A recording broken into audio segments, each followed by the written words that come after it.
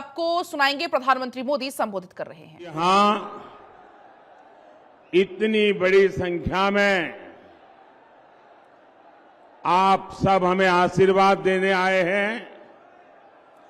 माताएं बहनें भी बहुत बड़ी संख्या में आई हैं।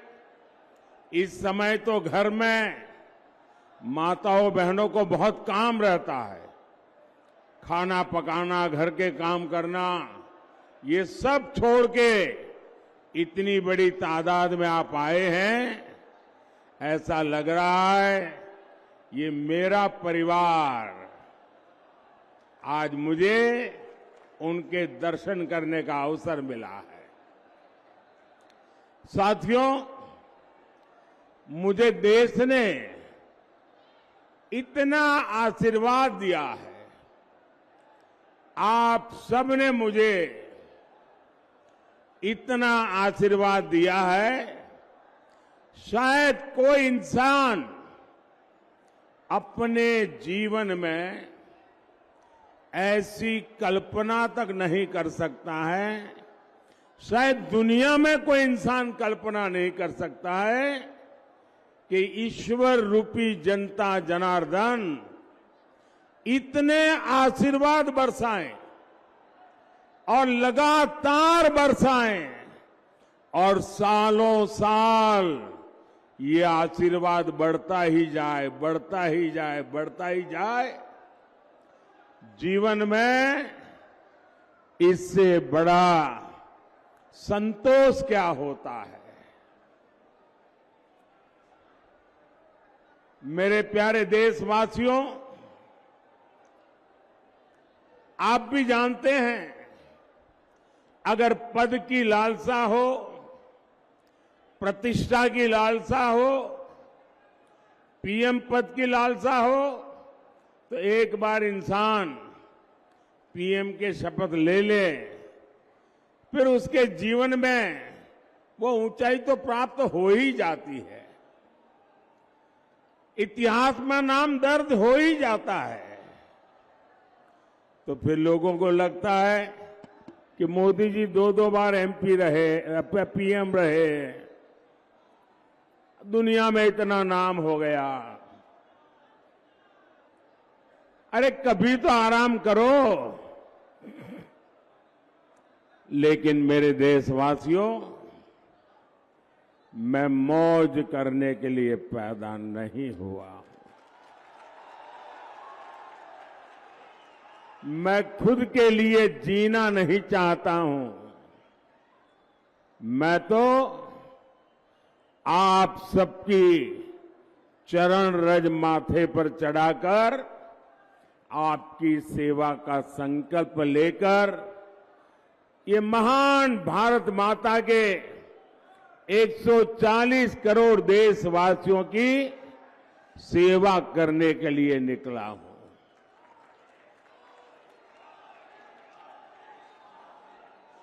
मोदी का एक ही सपना है, एक ही सपना, और वो सपना है आपके सपनों को पूरा करना।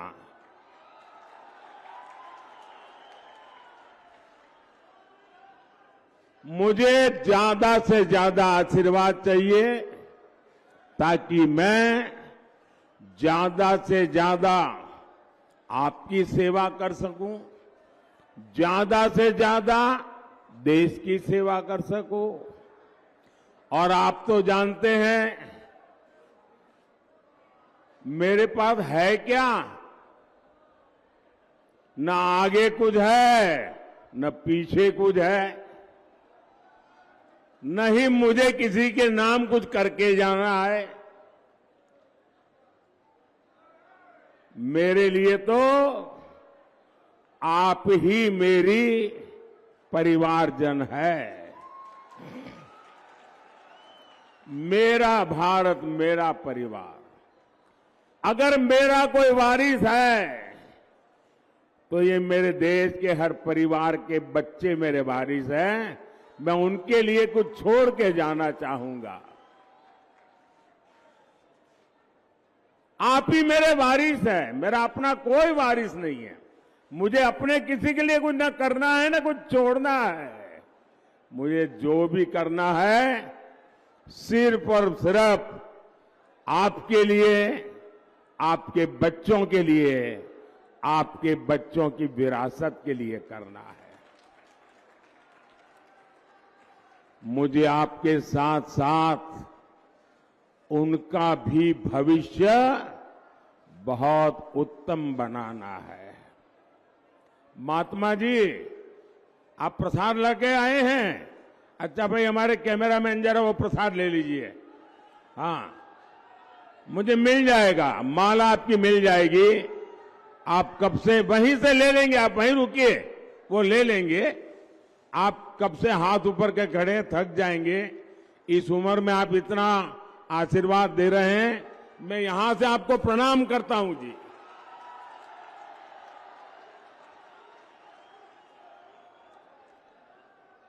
भाइयों और बहनों, मोदी विकसित भारत बनाने के लिए, आत्मनिर्भर भारत बनाने के लिए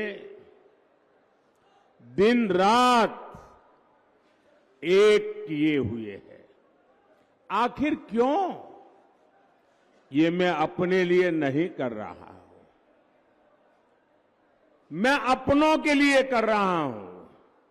और मेरे अपने मतलब मेरा भारत, मेरा परिवार। आपके सपनों के लिए संकल्प लेकर के जी रहा हूं। मेरे प्यारे भाई बहन, जब मैं गरीबी देखता हूं, जब मैं आपकी परेशानियां देखता हूं, तो मेरी छटपटाहट बहुत बढ़ जाती है। मैं और ज्यादा बेचैन हो जाता हूं, क्योंकि मेरे लिए जब मैं सब देखता हूं तो मुझे मेरे जीवन के वो दिन याद आ जाते हैं। क्योंकि मैंने बचपन में यही देखा है, मेरे आसपास भी यही देखा, परिवार में भी यही देखा। जिंदगी जीने के लिए परिवार के लोगों को कितनी मशक्कत करनी पड़ती है, कितना जूझना पड़ता है, वो मैंने देखा है, जिया है। लेकिन मैं नहीं चाहता कि अब एक भी भारतीय ऐसी गरीबी में जीने के लिए मजबूर हो। मेरा भारत, मेरा परिवार अब गरीबी की जिंदगी नहीं जिएगा। आज मुझे ये देखकर संतोष होता है कि पिछले 10 साल में 25 करोड़ लोग गरीबी से बाहर निकले हैं। ये मैं संतोष मार करके सोने वाला नहीं हूं। हां, मेरा विश्वास बढ़ गया है कि मैं अगर इतनी मेहनत करता हूं, अगर 25 करोड़ लोग निकल सकते हैं गरीबी से बाहर, आने वाले 5 साल मेहनत जरा ज्यादा करूंगा ताकि सबके सब गरीबी से बाहर आ जाए। जब उनकी गरीबी दूर हो सकती है तो ये तय है कि भारत से हम हर किसी की गरीबी हटा सकते हैं। इसलिए मैं जी तोड़ मेहनत कर रहा हूं। और मैंने देखा है कि मेरी मेहनत में रंग भर दिया है मेरे देश के गरीबों ने। मेरी मेहनत को नई ताकत दी है मेरे देश के गरीबों ने। क्योंकि जब मैंने उनको कहा कि मैं आपको हथियार दूंगा, मैं आपको अवसर दूंगा, आपकी मेहनत गरीबी को परास्त करेगी, और उन्होंने मेरे साथ कदम से कदम मिलाकर के चल दिए और 25 करोड़ लोग गरीबी को ध्वस्त कर करके बाहर निकल आए। और इसलिए इस सफलता में उन गरीबों का सबसे बड़ा योगदान है जो मेरी बात मान करके मेरे साथ मेहनत के लिए आगे आए।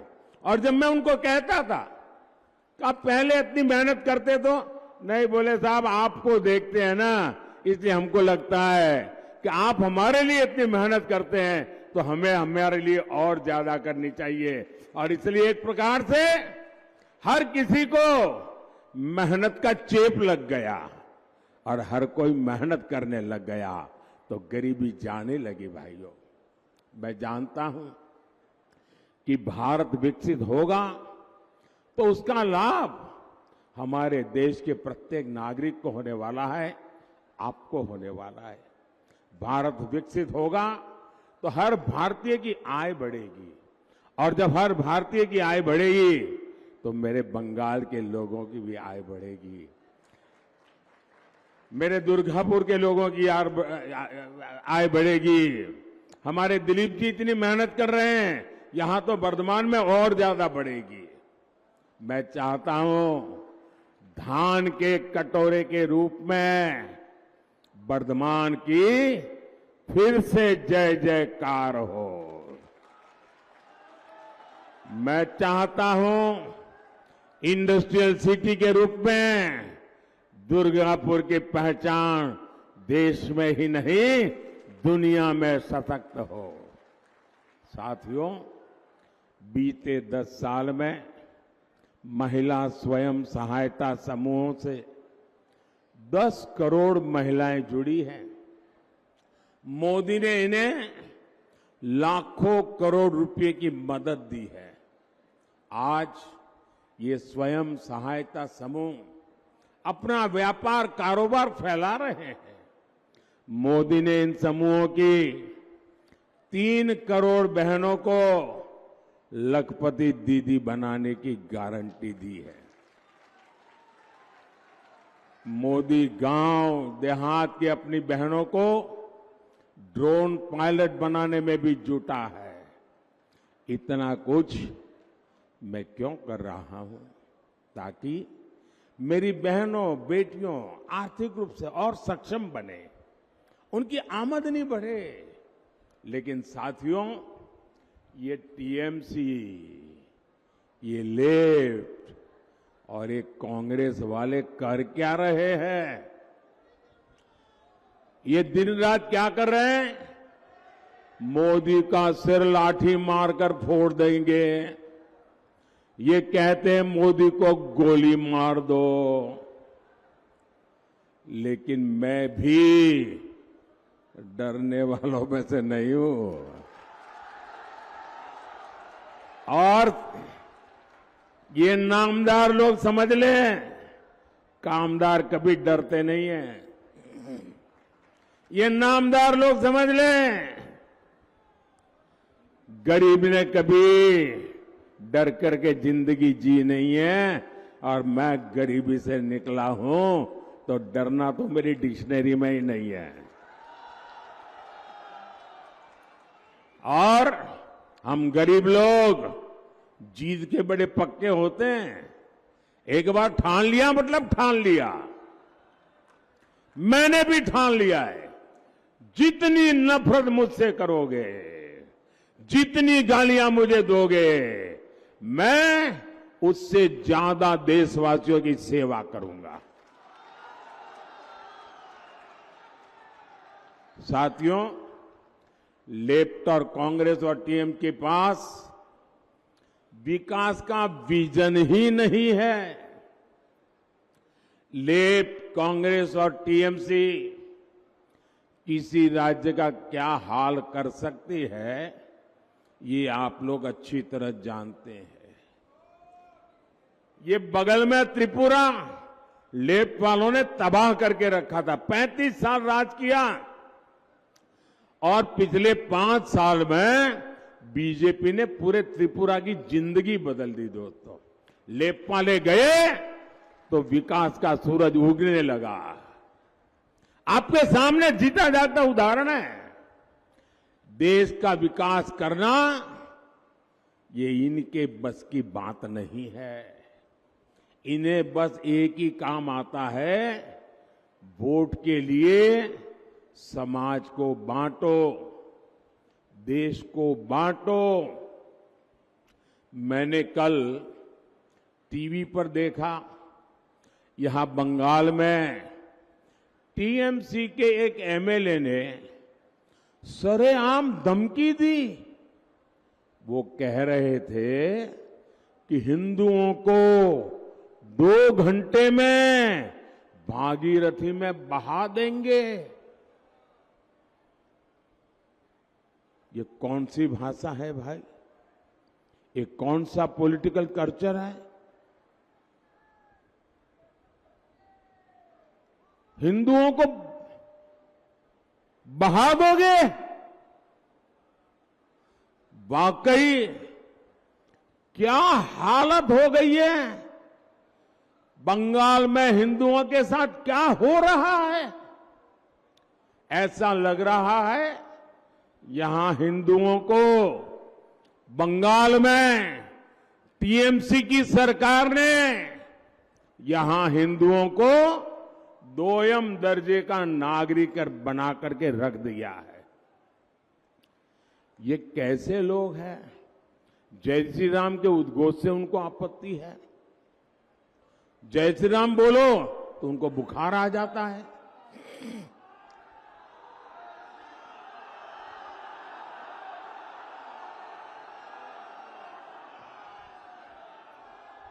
इनको राम मंदिर के निर्माण से आपत्ति है। इन लोगों को रामनवमी की शोभा यात्रा से आपत्ति है। मैं आज पूछना चाहता हूं टीएमसी सरकार से, यहां संदेश खाली में हमारी बहनों के साथ, हमारी दलित बहनों के साथ इतना बड़ा अपराध हुआ, पूरा देश कार्रवाई की मांग करता रहा, टीएमसी उसके गुनहगार को बचाती रही। क्या सिर्फ इसलिए क्योंकि उस गुनहगार का नाम शाहजहां शेख था?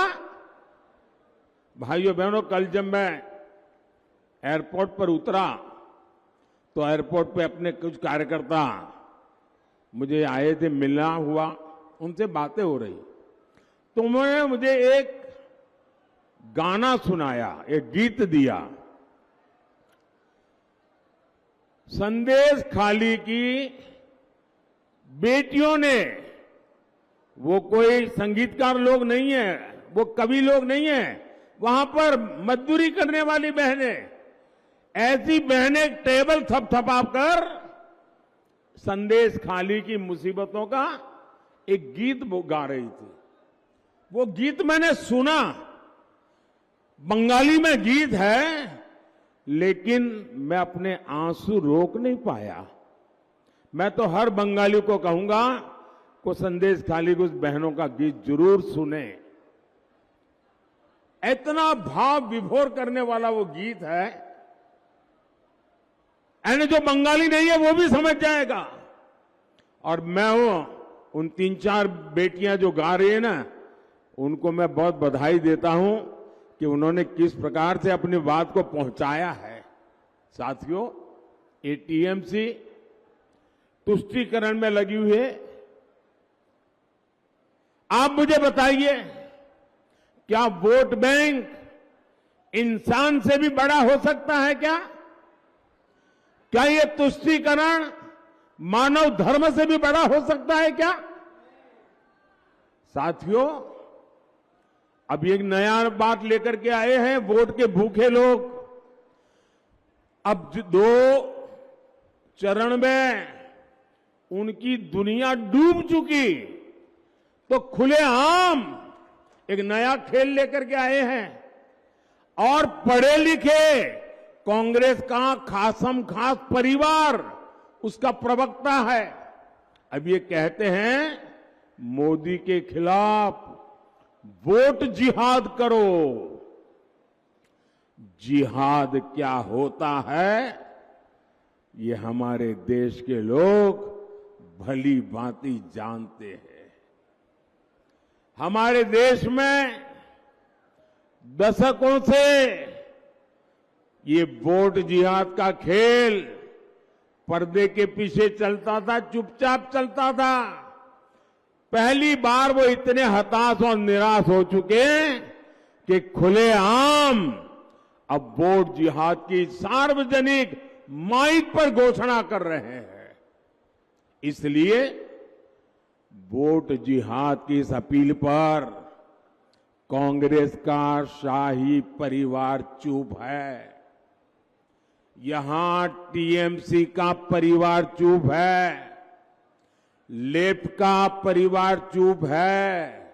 यानी कांग्रेस हो, लेफ्ट हो, टीएमसी हो, ये इंडी अलायंस के जो भी चट्टे बट्टे हैं, सारे के सारे वोट जिहाद से सहमत है।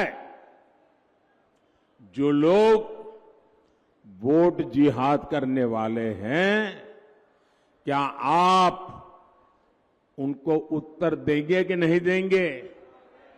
उत्तर देंगे कि नहीं देंगे? कैसे उत्तर देंगे? कैसे उत्तर देंगे? पूरी ताकत से वोट करके उत्तर देंगे और हम हमारा वोट देश के लिए देंगे। हम प्रतिक्रिया नहीं करते हैं, हम विकसित भारत के लिए वोट करेंगे। आपनी देशेर नामे, আপনি দেশের নামে ভোট করুন, বিকশিত ভারতের জন্য ভোট করুন। साथियों, टीएमसी हो, कांग्रेस हो या लेफ्ट हो, ये जो इंडिया अलायंस है, ये अपने वोट बैंक के हितों के लिए कुछ भी कर सकते हैं। आप देखिए, कांग्रेस के नेता घोषणा कर रहे हैं कि आपके मकान, आपकी दुकान, आपके खेत, बहनों के गहने, सबका एक्सरे करेंगे। बताइए, आपके लॉकर का एक्सरे होगा, आपके घर में क्या पड़ा हो इसका एक्सरे होगा, आपकी दुकान में क्या है एक्सरे होगा, आपके पास क्या कमाई हुई है उसका एक्सरे करेंगे। ये लोग आपकी कमाई का एक हिस्सा जब्त करेंगे और फिर अपनी ये जिहाद वोट बैंक वाली खास वोट बैंक है ना, उनको वो देना चाहते हैं। क्या आप अपनी संपत्ति लूटने देंगे? आप अपने गहने लूटने देंगे? आप अपना मंगलसूत्र छीनने देंगे?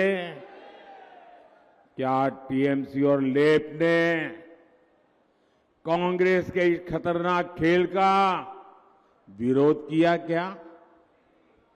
क्योंकि इन सब का पर्दे के पीछे एक ही एजेंडा है।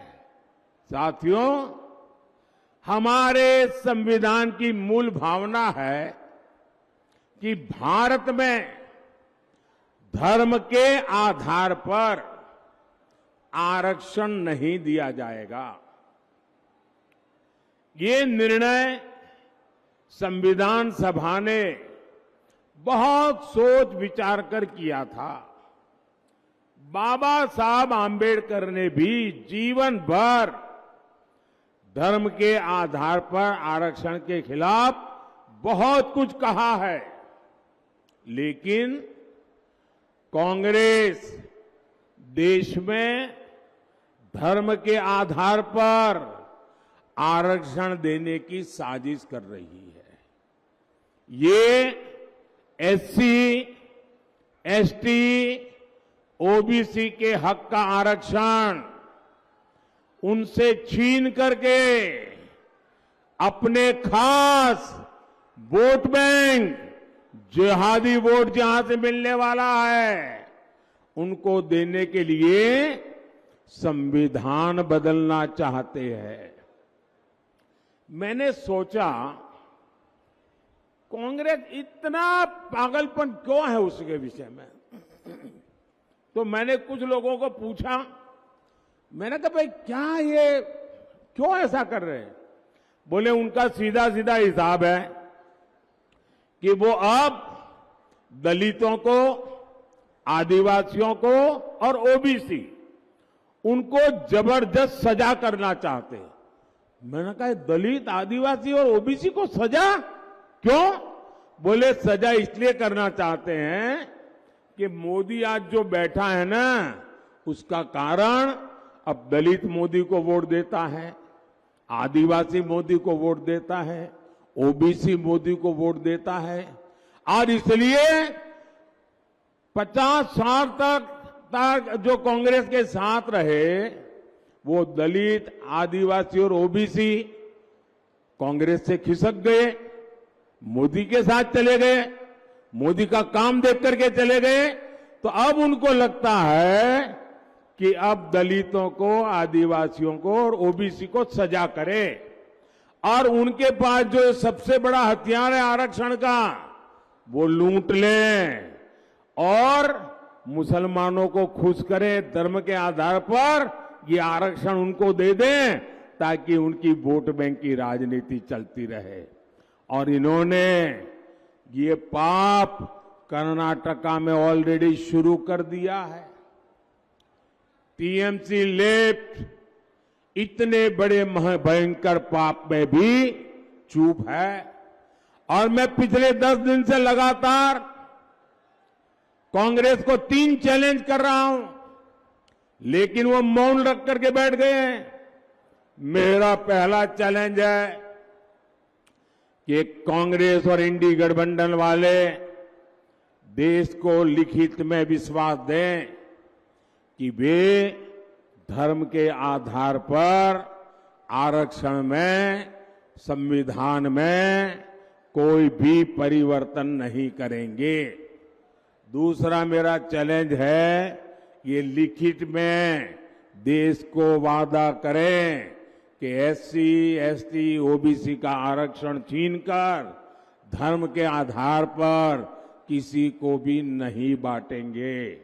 मेरा तीसरा चैलेंज है, वो लिखित में दे, जहां इनकी राज्य सरकारें हैं वहां ओबीसी का कोटा काट करके धर्म के आधार पर मुसलमानों को आरक्षण नहीं दिया जाएगा।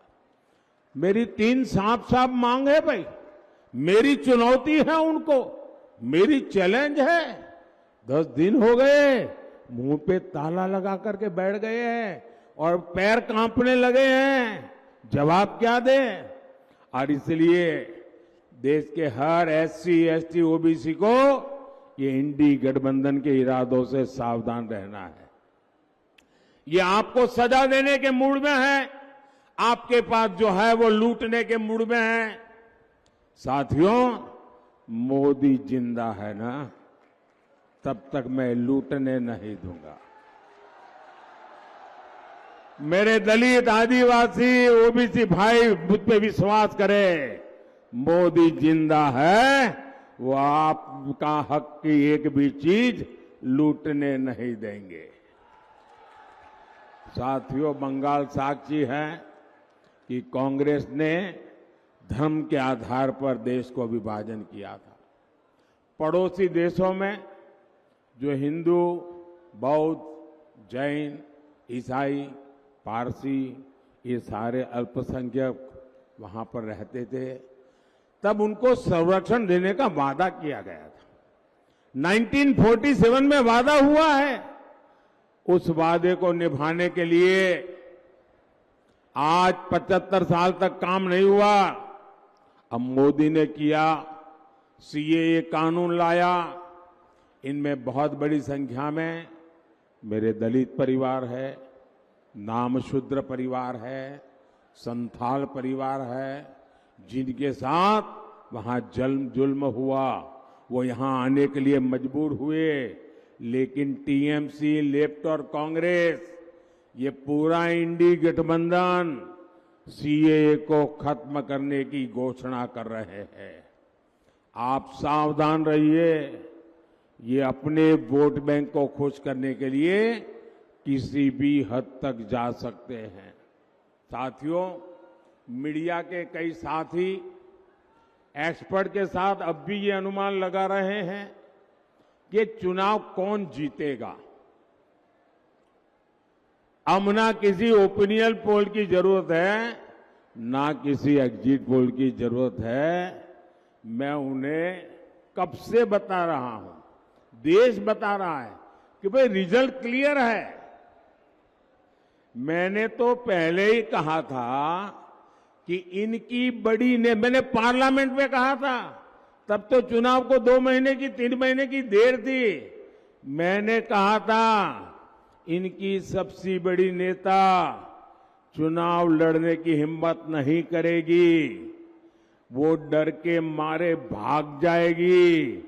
और वो भाग करके राजस्थान गई और राजस्थान से राज्यसभा में आई और हुआ भी यही। मैंने पहले ही बता दिया था कि शाहजादे वायनाड में हारने वाले हैं और हार के डर से जैसे ही वायनाड में मतदान समाप्त होगा वो दूसरी सीट खोजने लग जाएंगे। और अब दूसरी सीट पर भी उनके सारे चेले चपाटे कह रहे थे अमेठी आएंगे, अमेठी आएंगे, लेकिन अमेठी से भी इतना डर गए, इतने डर गए, वहां से भागकर अब रायबरेली में खोज रहे हैं रास्ता। ये लोग गुम गुम कर सबको कहते हैं डरो मत। मैं भी आज उन्हें कहता हूं और बड़े जी भर के कहता हूं, अरे डरो मत, भागो मत। और आज मैं एक और बात कहूंगा, कांग्रेस इस बार पहले से भी कम सीटों पर सिमटने जा रही है। वो पहले से कम सीटें लड़ रहे हैं तो अपने आप भी कम जाना थल है। अब देश भी समझ रहा है कि ये लोग चुनाव जीतने के लिए चुनाव नहीं लड़ रहे हैं, ये सिर्फ और सिर्फ देश को बांटने के लिए चुनाव के मैदान का उपयोग कर रहे हैं। भाई और बहनों, इंडी गठबंधन सिर्फ एक वोट बैंक के लिए समर्पित है, जबकि हम सबका साथ सबका विकास के मंत्र पर काम करने वाले लोग हैं। मोदी ने 10 साल में बंगाल के गरीबों के लिए, दलित आदिवासी पिछड़ों के लिए 38 लाख से ज्यादा पक्के घर बनाए हैं, करीब करीब आधा करोड़। मोदी आज बंगाल के 6 करोड़ जरूरतमंदों को मुफ्त राशन दे रहा है। मोदी ने बंगाल के 80 लाख से ज्यादा घरों तक नल से जल पहुंचाया है। मोदी ने बंगाल के 5 करोड़ लोगों के जनधन खाते खोले। मोदी ने पीएम सुरक्षा बीमा योजना अंतर्गत जीवन ज्योति योजना के तहत मामूली प्रीमियम पर गरीबों का बीमा किया। मुश्किल समय में ऐसे गरीबों को अकेले बंगाल में 450 करोड़ रुपए की क्लेम राशि दी गई है। मोदी ने वर्धमान के लाखों किसानों की पीएम किसान सम्मान निधि के तहत करीब 500 करोड़ रुपए इस वर्धमान इलाके में दिए। इसका लाभ यहां जो आलू के किसान हैं उनको मिला है। साथियों, लेकिन मुझे अफसोस होता है कि मोदी के प्रयासों पर टीएमसी हर तरह से डाका डालने पर तुली है। केंद्र सरकार की हर योजना में यहां टीएमसी के तोलाबाज लूटपाट मचा रहे हैं। टीएमसी के तोलाबाजों ने शिक्षकों की भर्ती में लाखों नौजवानों के साथ धोखा किया है।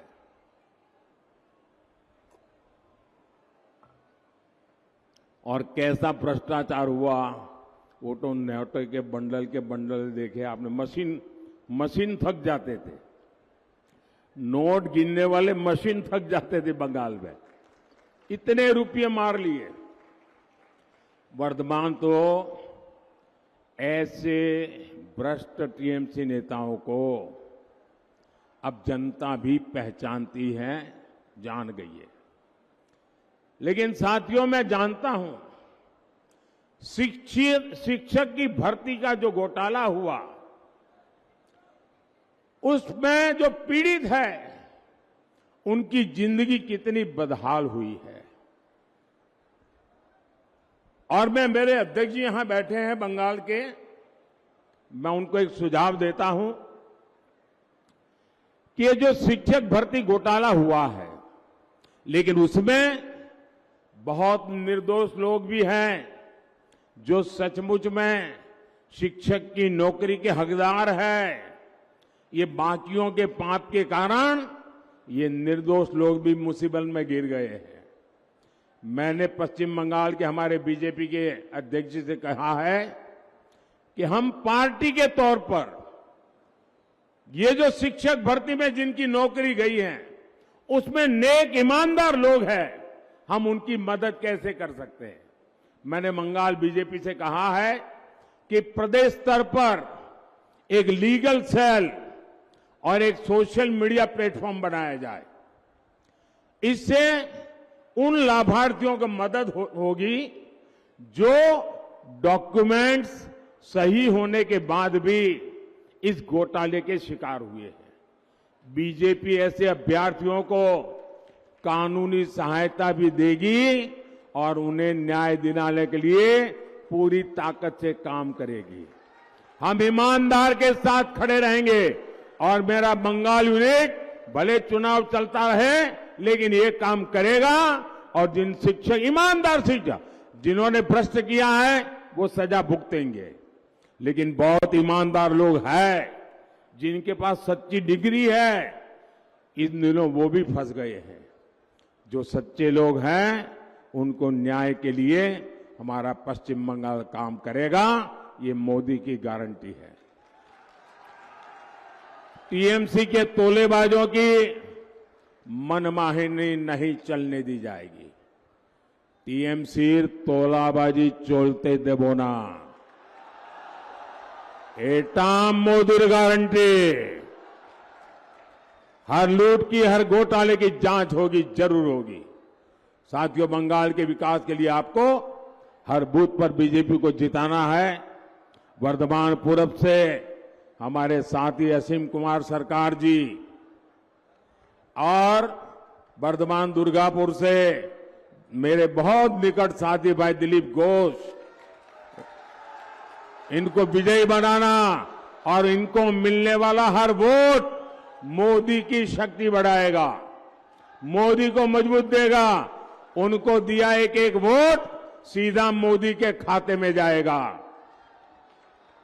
तो ज्यादा से ज्यादा मतदान कराएंगे, पोलिंग बूथ जीतेंगे।